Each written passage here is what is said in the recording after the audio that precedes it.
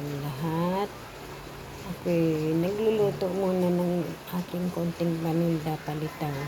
Kasi wala kaming kuryente, walang power, hindi makasupport. Ayan, nagluto ako ng merienda para maibenta ko. 5 piso ang isa ang aking bigay sa aking palitaw. Kaya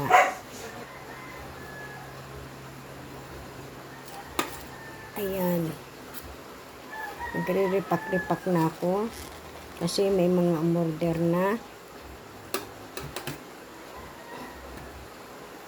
Ilang balot siyang ginawa ko na yan. Yan na lang ang binidyohan ko. Kasi para hindi masyadong mahaba ang aking pagbibidyo. Konti lang at malulubat na ako.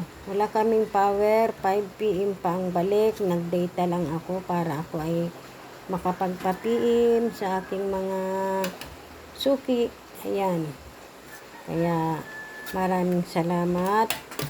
At sana hinihingi ko ang inyong mga pangunawa. Kasi nga sa mga nagla-live ay minsan hindi na ako nakakapag-support.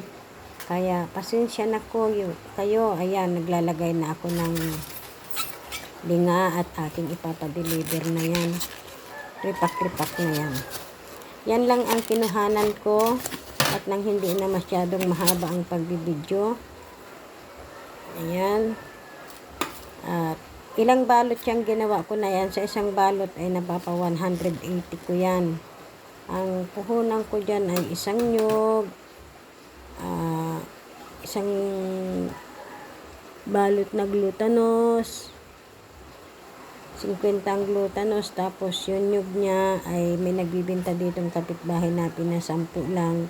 Tapos yung sugar at saka yung linga. Ayan. Kaya tumutubo din ako kahit paano. Kaya maraming salamat sa inyong lahat. At minsan, pagpasensyahan nyo na ako ha. Huwag kayo magtatampo. Ayan. Thank you so much sa lahat na nagsusupport sa akin. Hindi ko na kayo isa-isahin. Ayan. Thank you so much. At kung hindi pa kayo naka-subscribe at bago pa lang kayo sa aking channel,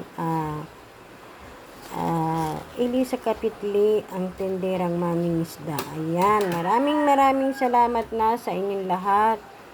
Thank you so much. I love you all. Bye-bye.